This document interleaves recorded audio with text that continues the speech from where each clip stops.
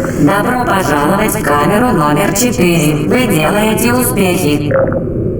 For training purposes, there's generally just one correct solution to these early puzzles. The original version of this room didn't have the glass barrier.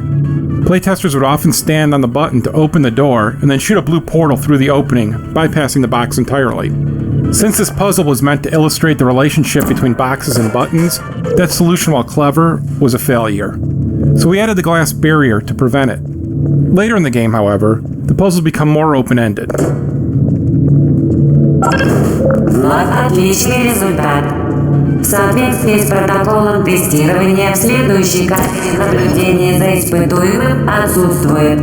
Никто не придет вам на помощь. Удачи!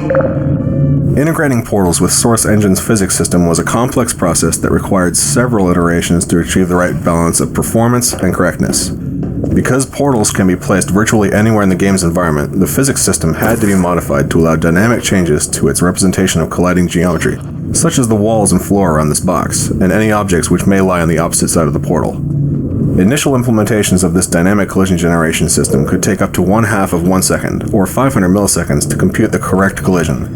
This may not sound like a long time in everyday life, but this pause during the portal creation was quite noticeable in the context of a game. Ultimately, we designed a system that creates temporary hybrid physics environments in bubbles around the portals, using less accurate collision than that produced by Source's standard collision generation, but was accurate enough in practice and reduced the time to create dynamic collision representation from 500 milliseconds to just 10 milliseconds, which is an imperceptible pause during portal creation.